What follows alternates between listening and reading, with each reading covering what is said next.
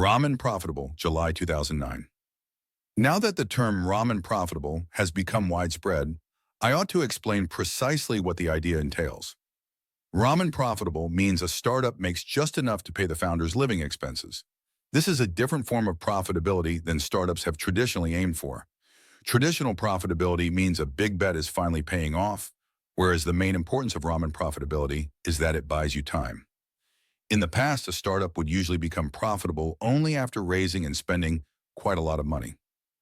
A company making computer hardware might not become profitable for 5 years, during which they spent $50 million. But when they did, they might have revenues of $50 million a year. This kind of profitability means the startup has succeeded. Ramen profitability is the other extreme. A startup that becomes profitable after 2 months, even though its revenues are only $3,000 a month, because the only employees are a couple 25-year-old founders who can live on practically nothing. Revenues of $3,000 a month do not mean the company has succeeded, but it does share something with the one that's profitable in the traditional way. They don't need to raise money to survive. Ramen profitability is an unfamiliar idea to most people because it only recently became feasible. It's still not feasible for a lot of startups. It would not be for most biotech startups, for example, but it is for many software startups because they're now so cheap. For many, the only real cost is the founder's living expenses. The main significance of this type of profitability is that you're no longer at the mercy of investors. If you're still losing money, then eventually you'll either have to raise more or shut down. Once you're ramen profitable, this painful choice goes away. You can still raise money, but you don't have to do it now. The most obvious advantage of not needing money is that you can get better terms. If investors know you need money, they'll sometimes take advantage of you. Some may even deliberately stall because they know that as you run out of money, you'll become increasingly pliable. But there are also 3 less obvious advantages of ramen profitability. One is that it makes you more attractive to investors. If you're already profitable, on however small a scale, it shows that you can get at least someone to pay you, you're serious about building things people want, and you're disciplined enough to keep expenses low. This is reassuring to investors because you've addressed 3 of their biggest worries. It's common for them to fund companies that have smart founders in a big market and yet still fail. When these companies fail, it's usually because people wouldn't pay for what they made, for example, because it was too hard to sell to them, or the market wasn't ready yet. The founders solved the wrong problem instead of paying attention to what users needed, or the company spent too much and burned through their funding before they started to make money. If you're ramen profitable, you're already avoiding these mistakes. Another advantage of ramen profitability is that it's good for morale. A company tends to feel rather theoretical when you first start it. It's legally a company, but you feel like you're lying when you call it one. When people start to pay you significant amounts, the company starts to feel real. And your own living expenses are the milestone you feel most, because at that point, the future flips state. Now, survival's the default instead of dying. A morale boost on that scale is very valuable in a startup because the moral weight of running a startup is what makes it hard. Startups are still very rare. Why don't more people do it? The financial risk? Plenty of 25-year-olds save nothing anyway. The long hours? Plenty of people work just as long hours in regular jobs. What keeps people from starting startups is the fear of having so much responsibility. And this is not an irrational fear. It really is hard to bear. Anything that takes some of that weight off you will greatly increase your chances of surviving. A startup that reaches ramen profitability may be more likely to succeed than not, which is pretty exciting considering the bimodal distribution of outcomes in startups. You either fail or make a lot of money. The 4th advantage of ramen profitability is the least obvious, but may be the most important. If you don't need to raise money, you don't have to interrupt working on the company to do it.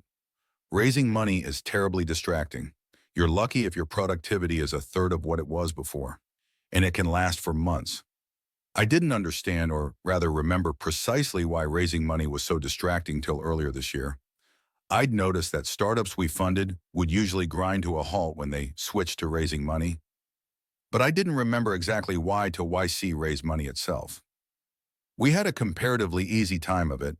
The first people I asked said yes, but it took months to work out the details. And during that time, I got hardly any real work done. Why? Because I thought about it all the time. At any given time, there tends to be one problem that's the most urgent for a startup. This is what you think about as you fall asleep at night and when you take a shower in the morning. And when you start raising money, that becomes the problem you think about. You only take one shower in the morning, and if you're thinking about investors during it, then you're not thinking about the product. Whereas if you can choose when you raise money, you can pick a time when you're not in the middle of something else. And you can probably also insist that the round close fast. You may even be able to avoid having the round occupy your thoughts if you don't care whether it closes. Ramen profitable means no more than the definition implies. It does not, for example, imply that you're bootstrapping the startup, that you're never going to take money from investors. Empirically, that doesn't seem to work very well. Few startups succeed without taking investment. Maybe as startups get cheaper, it will become more common. On the other hand, the money is there, waiting to be invested. If startups need it less, they'll be able to get it on better terms, which will make them more inclined to take it. That will tend to produce an equilibrium.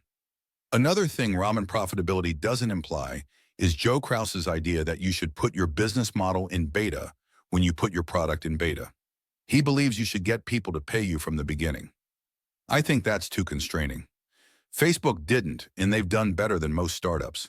Making money right away was not only unnecessary for them, but probably would have been harmful. I do think Joe's rule could be useful for many startups, though.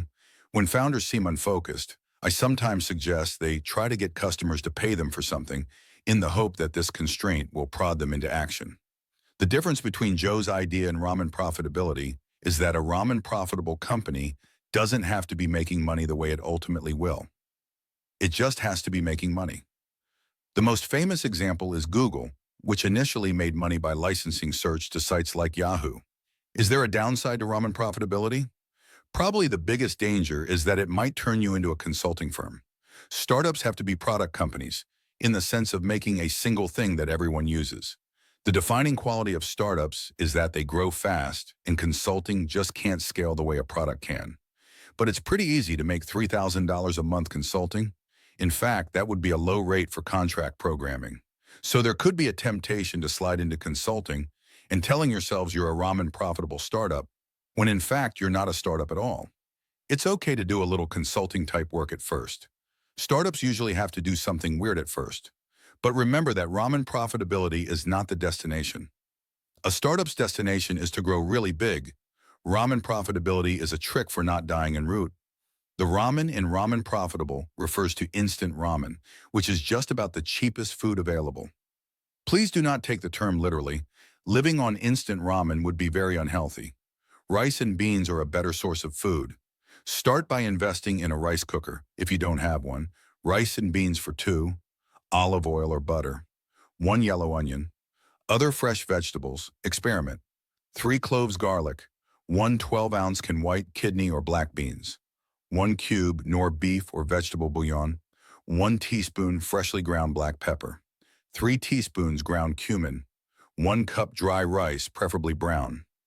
Put rice in rice cooker. Add water as specified on rice package. Default, 2 cups water per cup of rice. Turn on rice cooker and forget about it. Chop onions and other vegetables and fry in oil over fairly low heat till onions are glassy. Put in chopped garlic, pepper, cumin, and a little more fat, and stir. Keep heat low. Cook another 2 or 3 minutes, then add beans. Don't drain the beans and stir. Throw in the bouillon cube, cover, and cook on lowish heat for at least 10 minutes more. Stir vigilantly to avoid sticking. If you want to save money, buy beans in giant cans from discount stores. Spices are also much cheaper when bought in bulk.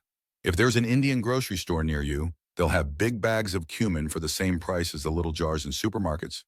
There's a good chance that a shift in power from investors to founders would actually increase the size of the venture business. I think investors currently err too far on the side of being harsh to founders.